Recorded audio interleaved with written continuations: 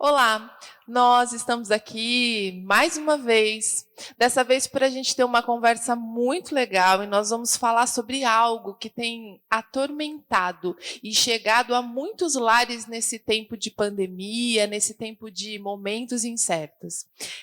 Hoje nós vamos falar sobre crises de ansiedade, sobre como lidar com a ansiedade, sobre mecanismos que podem nos ajudar a enfrentar tudo que a gente tem vivido nesse tempo.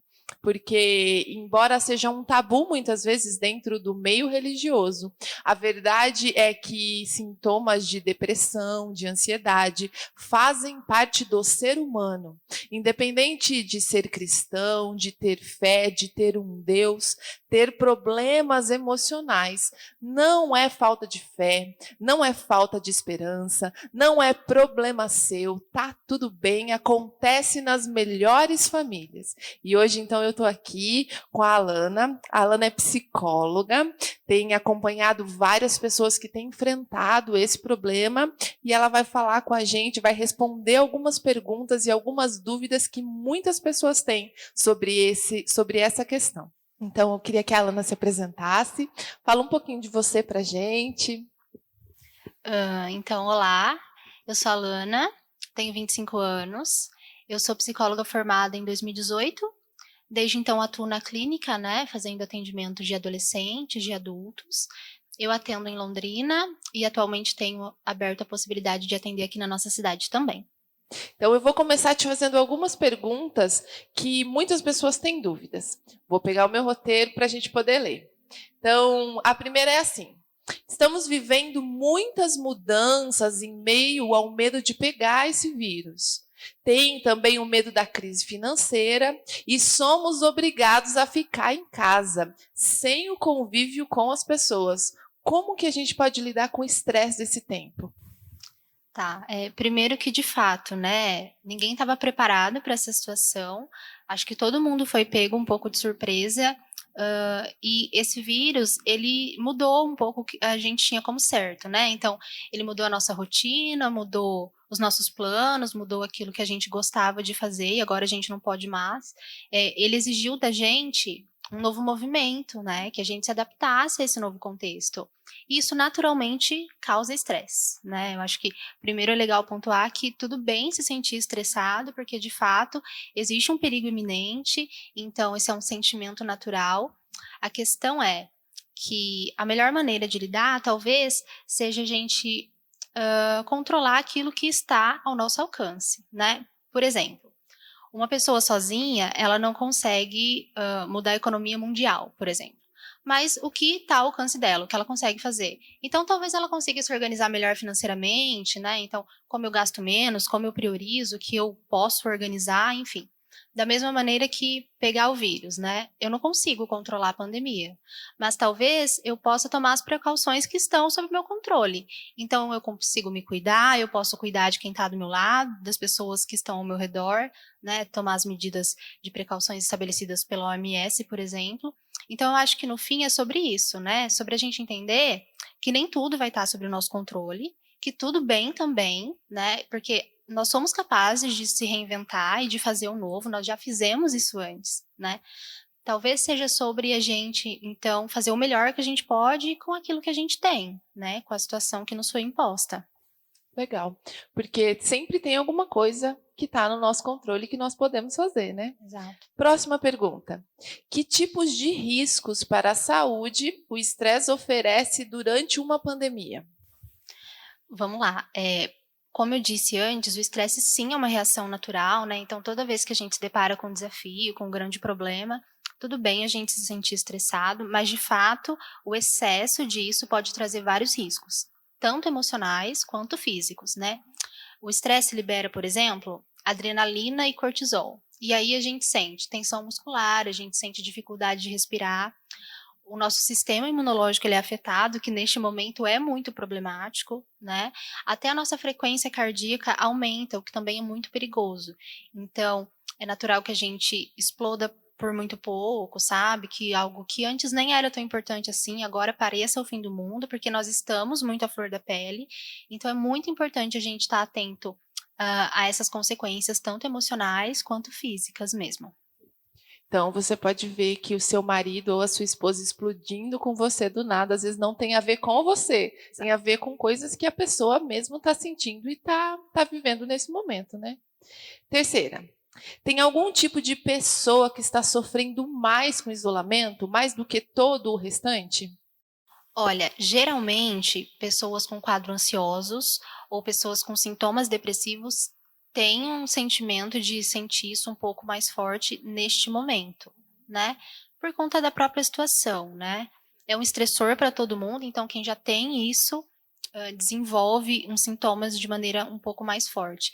Também acho importante falar que, assim, ó, muitas vezes o isolamento social ele só escancara, ele demonstra aquilo que a gente já sentia, mas que a gente mascarava, né. Como a gente mascarava? A gente trabalhava, a gente saía para jogar futebol, a gente saía para conversar com os amigos, e agora isso não é mais possível, né. A gente tá preso com esse sentimento, com nós mesmos e não tem nada que a gente possa fazer.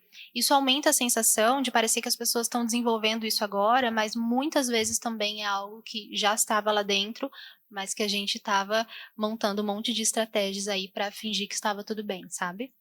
Preocupado com tantas coisas que esquece de olhar para si mesmo, né. Exatamente. Próxima. A gente foi obrigado a trabalhar de casa agora, muita gente. Como se concentrar no trabalho sendo bombardeado por mensagens e notícias assustadoras o tempo todo? Eu acho que trabalhar em casa é muito difícil, né, porque é difícil que a gente consiga manter a mesma produtividade, porque nós estamos acostumados com que esse seja o ambiente de descanso, né. Então a minha casa é para onde eu vou no fim do dia, eu não vou para produzir ou para trabalhar. Então, de novo, requer toda essa adaptação. Algumas coisas ajudam, assim, o que costuma funcionar é organizar o teu dia, né, é você sistematizar aquilo que você sabe que tira a sua concentração, então, o que que é que te atrapalha? "Ah, eu levanto toda hora para comer", né, que é muito comum agora. "Eu levanto toda hora para beber água e aí eu perco o que eu estava fazendo". Então controlar essas variáveis, então traz a água ali para o lado, sabe. São pequenas atitudes, mas que fazem toda a diferença no final. Se concentrar em uma tarefa de cada vez.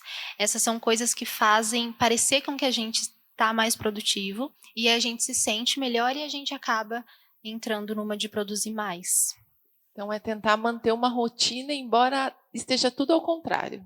Exato. Também, só queria falar sobre as informações, né, sobre esse bombardeio de informações e como de fato isso afeta não só a nossa produtividade, mas o nosso bem-estar, assim.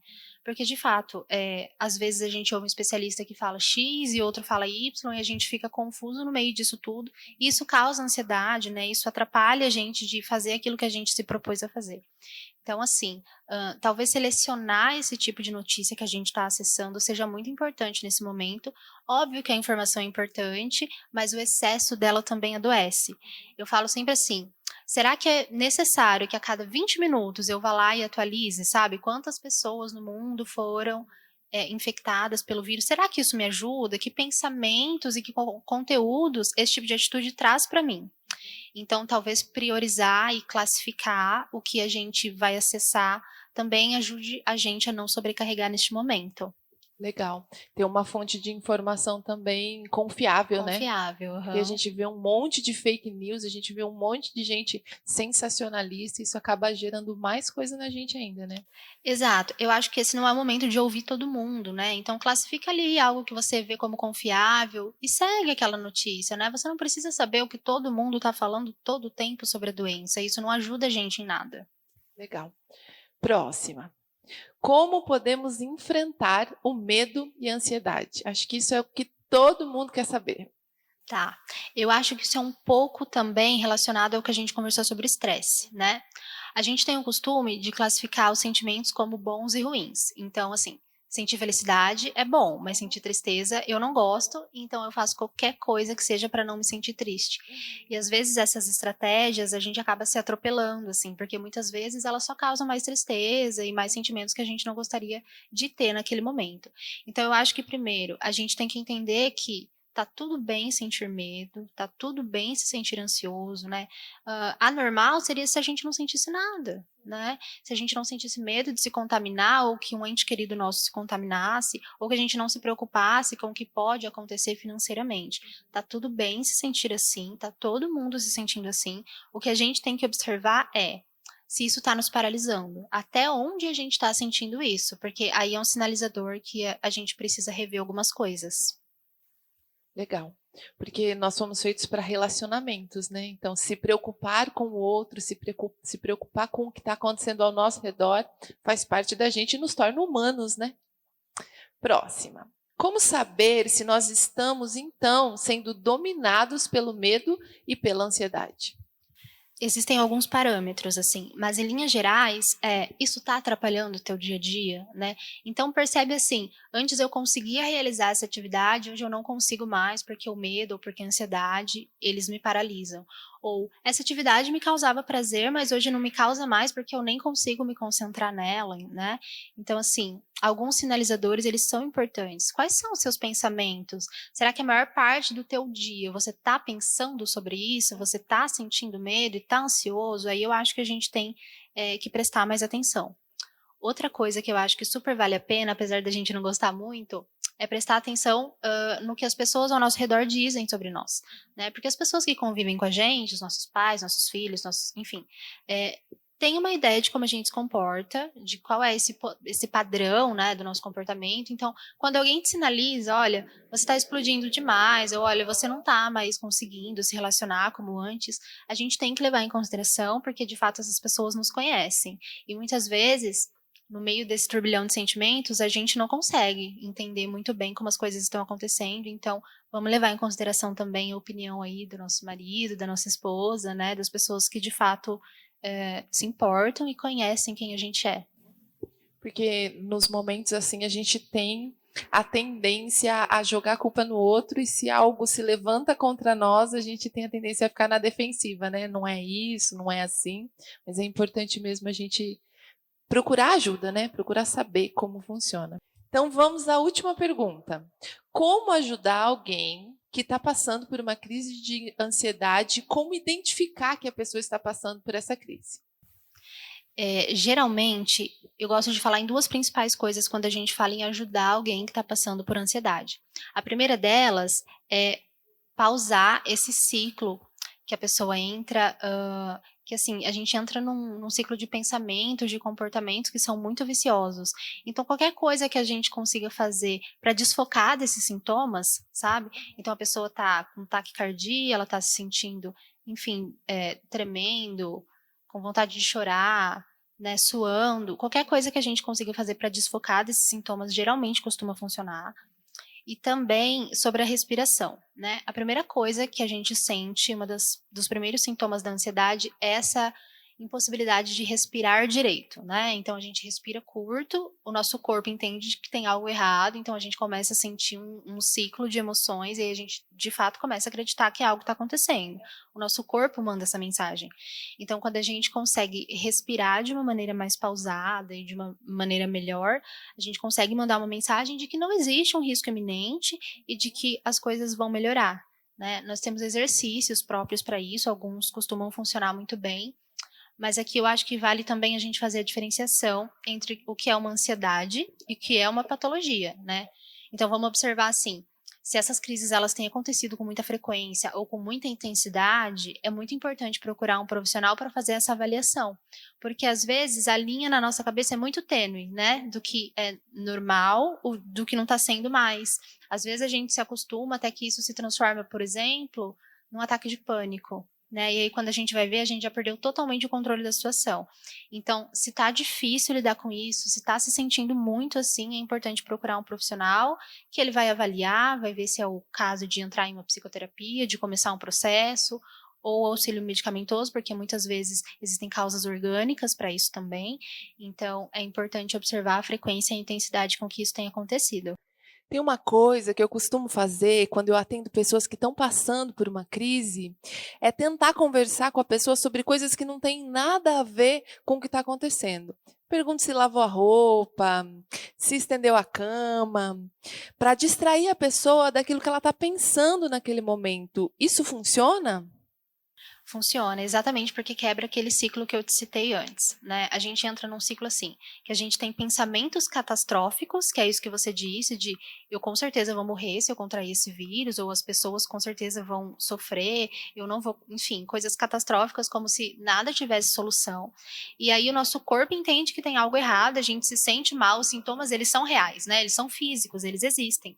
E aí a gente entra num ciclo muito vicioso, e aí essa sua estratégia é muito legal porque ela, de certa forma, quebra esse ciclo. Óbvio que é uma coisa pontual, mas para quem está no meio de tudo isso é muito difícil conseguir sair e enxergar as coisas de fora como elas de fato são. Então, na verdade, isso é um paliativo. Isso tira a pessoa de uma crise momentânea. Porque é isso que a Alana falou, é muito importante que a gente procure ajuda, muito importante que a gente se deixe ser ajudado, porque às vezes a gente acha que cuidar da gente é egoísmo, porque a gente vive numa sociedade que quer produzir, que quer fazer, até mesmo dentro das igrejas nós somos ensinados a pensar no outro, mas é a história, né, da máscara de oxigênio no avião. Primeiro você coloca em você, para você conseguir respirar e então cuidar dos outros. Então é um tempinho para você parar para respirar, porque esses sintomas, eles vêm à tona porque eles sempre existiram, eles não nasceram do nada, mas as circunstâncias trazem ele à tona. Então eu queria que você desse agora lá nos seus conselhos finais, as suas últimas dicas para as pessoas. O que você falou é muito legal, porque é muito mais fácil a gente olhar para o outro do que para nós mesmos, né? Isso requer muita coragem. E eu sei que é difícil, mas é um movimento que é muito enriquecedor, assim, sabe? Como, para finalizar, primeiro eu queria agradecer pela oportunidade, porque um canal como esse, para a gente falar sobre isso, é muito novo e é muito legal. A gente, na vida, não costuma falar sobre a maneira como a gente se sente. Então, é muito legal quando a gente consegue fazer isso. Então, muito obrigada pela oportunidade. Eu acho que, para finalizar, é assim, que nós sejamos sinceros, honestos e tolerantes, sabe?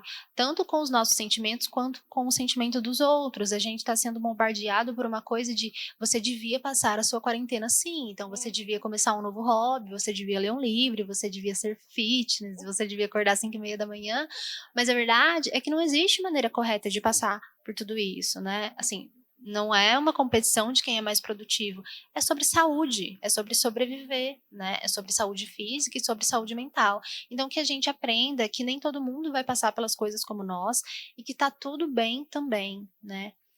Por último, eu acho que a gente tem que entender que o isolamento físico, ele tem que acontecer, é uma questão de saúde, isso é inegável, mas isso não significa que a gente precisa se isolar dos nossos relacionamentos, sabe? Então, assim, a gente tem tantos meios, né, pra gente continuar conversando com quem a gente gosta, enfim, liga, manda uma mensagem, se relaciona com as pessoas, porque no fim tá todo mundo passando por isso com muita dificuldade, ninguém tá confortável. E também a gente não precisa passar por isso sozinho, né? Uma coisa é isolamento físico e outra coisa é a gente se isolar nas nossas relações e nos nossos sentimentos. A gente não precisa guardar tudo pra gente, a gente não precisa passar por isso sozinho. Então, é aquilo que a gente costuma dizer, né? O amor não foi cancelado, a esperança não foi cancelada, nós ainda temos uma vida para viver. E nós precisamos estar bem para conseguir viver essa vida. Então, é muito importante que a gente possa pensar naquilo que a gente está sentindo, que a gente possa parar um pouquinho para pensar na gente, para cuidar da nossa saúde. E, se for necessário, então, procurar ajuda, procurar auxílio, procurar profissionais que possam nos ajudar para que nós possamos, então, sair melhores do que nós entramos em toda essa situação. E eu já quero agradecer a presença da Alana aqui com a gente, dizer que foi muito bom. E já fica o convite para que nós possamos fazer isso mais vezes. Então, se você tiver alguma pergunta, alguma dúvida, quiser saber alguma coisa, pode deixar aqui para a gente, porque nós vamos, então, ter uma nova conversa e falar sobre isso para que nós possamos te ajudar. Então, muito obrigada, até a próxima e para você também, até a próxima. Legal? Muito obrigada, achei Obrigada. muito legal.